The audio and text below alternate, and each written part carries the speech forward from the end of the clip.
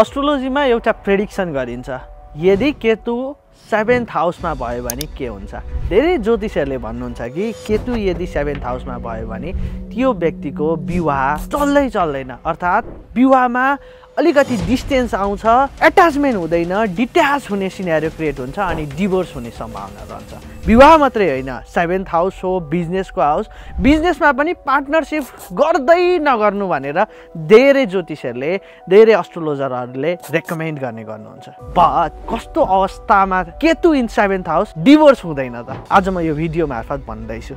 यदि तपाईको वाइफ अनि तपाई दुईजनै जातकको कुण्डलीको 7th हाउसमा केतु छ भने वाइफ र हस्बेन्ड नै दुईटा स्पिरिचुअल भयो भने रिलेसनशिप चल्न सक्छ रिलेसनशिप चल्नु मात्र हैन टिक्नु मात्र हैन मज्जाले दौडिन सक्छ अब बिजनेस चाहिँ कसरी चल्छ त भन्दा यदि तपाई अनकन्भेन्सनल बिजनेस स्पिरिचुअलिटीको बिजनेस गर्नुहुन्छ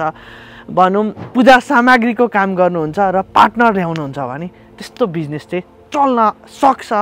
किनभने केतु इज अ ग्रह that says let it go छोड दे लोभ लालच माया मोह छोड दे अनि स्पिरिचुअलिटीमा लाग अब बिजनेस पनि तपाई आध्यात्मको बिजनेस गर्दै हुनुहुन्छ